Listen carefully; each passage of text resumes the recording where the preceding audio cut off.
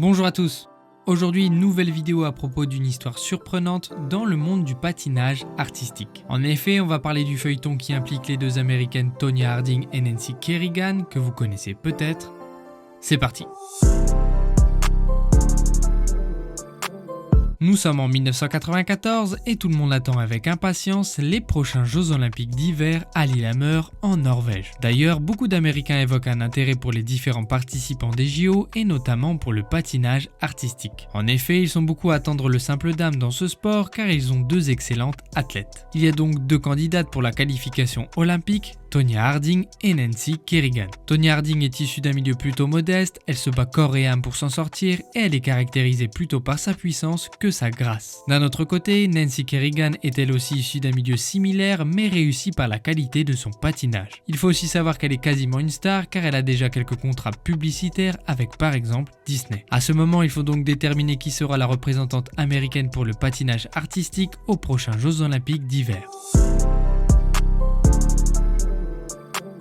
Nous sommes à cette semaine des Jeux et Nancy Kerrigan vient de terminer son entraînement. Elle quitte la patinoire et un événement tragique va survenir. Elle se fait subitement agresser par un inconnu qui lui donne des coups de canne télescopiques juste au-dessus du genou droit. La scène a même été filmée et on peut l'entendre crier de douleur en se demandant pourquoi à plusieurs reprises.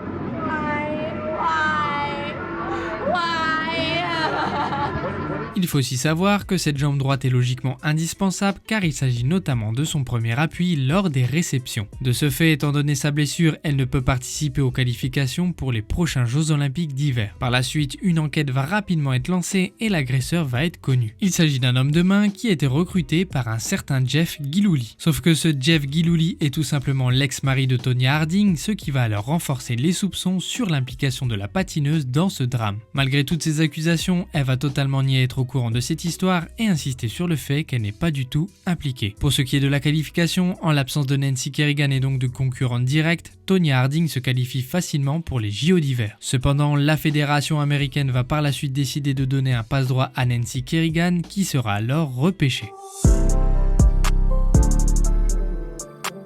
Cela veut dire qu'il y aura donc Tonya Harding et Nancy Kerrigan au JO de Lillehammer pour représenter les États-Unis dans une ambiance, vous pouvez le comprendre, un peu particulière. Certes, elles représentent toutes les deux la bannière étoilée à ces Jeux Olympiques, mais il faut insister sur le fait qu'elles ne sont pas partenaires ou coéquipières et sont bel et bien adversaires, voire même ennemies. En témoignent notamment les images lors d'un entraînement où elles sont toutes les deux sur la patinoire sans même s'adresser un seul regard. A savoir que Nancy Kerrigan participe au jeu en portant la tenue qui était la sienne lors de l'agression, un symbole plutôt fort. Tonya Harding doit de son côté patiner avec tous les soupçons qui posent sur elle. En ce qui concerne le résultat de ces Jeux Olympiques, Nancy Kerrigan termine à la deuxième place et remporte donc l'argent. Pour Tonya Harding, son programme est une catastrophe. En effet, elle a eu des problèmes avec ses patins lors du premier essai et elle demandera en larmes une deuxième chance qui lui sera accordée. Seulement, durant celle-ci, elle va chuter et finir ses Jeux Olympiques à la 8e place. En ce qui concerne la suite, Tonya Harding sera radiée de la fédération américaine de patinage. Elle va même quelques années plus tard entre guillemets avouer qu'elle était au courant que quelque chose se préparait à propos de sa concurrente directe. Elle se reconvertit ensuite pendant 2 ans à la boxe anglaise avant d'arrêter. Pour ce qui est de Nancy Kerrigan, elle va quant à elle effectuer des galas et aura la carrière que tout le monde attendait d'elle. Voilà. J'espère que cette courte histoire vous aura plu. Comme d'habitude, si c'est le cas, n'hésitez pas à vous abonner pour ne pas manquer les prochaines vidéos. N'oubliez pas non plus le petit pouce bleu et le commentaire qui font plaisir. Et quant à moi, comme d'habitude, je vous dis à très bientôt.